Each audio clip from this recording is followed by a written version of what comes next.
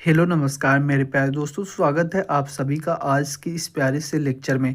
तो मेरे प्यारे भाइयों, जैसा कि आपको देख के पता चल ही गया होगा कि आज की इस प्यारे से लेक्चर में हम लोग पढ़ने वाले हैं भैया स्वपरागण और पर परागण के लाभ और हानि। ठीक, तो भैया इसमें हम पर परागण के लाभ और पर परागण के हानि पढ़ने वाले हैं। इसमें स्वपरागण के लाभ हम आपको पढ़ा दिए थे जब हमने आपको स्वपरागण पढ़ाया था। ठीक, उसके लाभ और हानि हमने वहीं बता दिया था। इसमें हम पर परागण के लाभ और हानि के बारे में पढ़ने वाले हैं। तो भैया एडवांटेज ऑफ जो क्रॉस पॉलिनेशन होता है उसके बारे में हम देखेंगे। तो सबसे पहला पॉइंट इसमें आ जाता है आपका कि इससे बनने वाले फल जो होते हैं भैया बड़े एवं स्वादिष्ट होते हैं। पर परागण से भैया जो फल बनते हैं वो जो आकार में जो होते हैं भैया बड़े होते हैं और स्वादिष्ट होते हैं, तथा इनमें बीजों की संख्या जो होती है भैया कम होती है। इससे जो होते हैं उत्पन्न बीज भी जो होते हैं वो स्वस्थ होते हैं, अच्छी नस्ल वाले होते हैं कि अगर उन बीजों को जब उगाया जाएगा तो अच्छे नस्ल के पौधे फिर बनाएंगे। ठीक, पर परागण से पौधों में जो होता है भैया रोग अवरोधक जातियां तैयार की जा सकती हैं।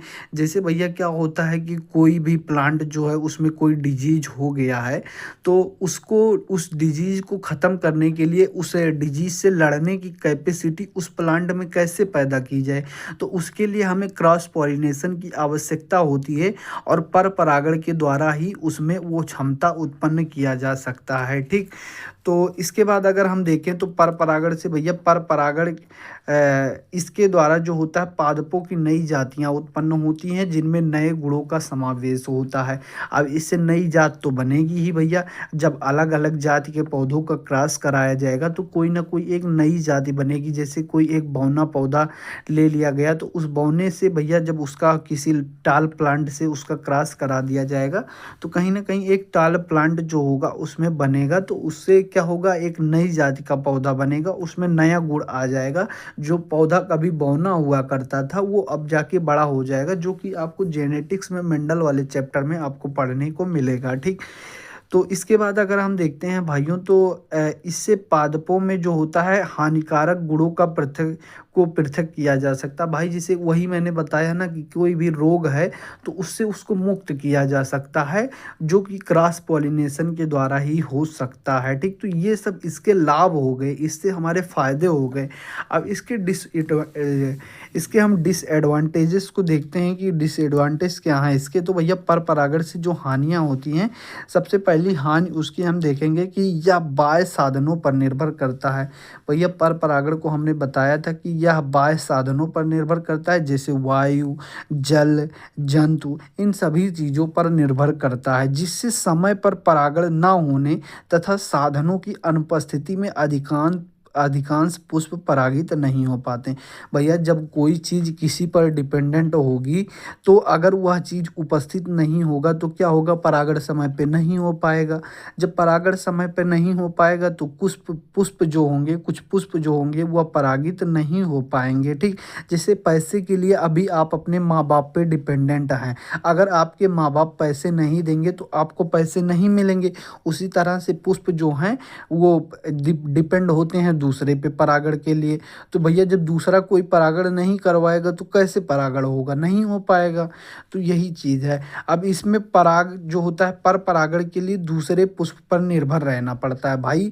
और दूसरे पुष्प पे क्यों निर्भर रहना पड़ता है, क्योंकि पर परागण में जो होता है भैया परागकण जो होता है किसी न किसी दूसरे पुष्प से आता है, क्योंकि ये एक लिंगी होते हैं।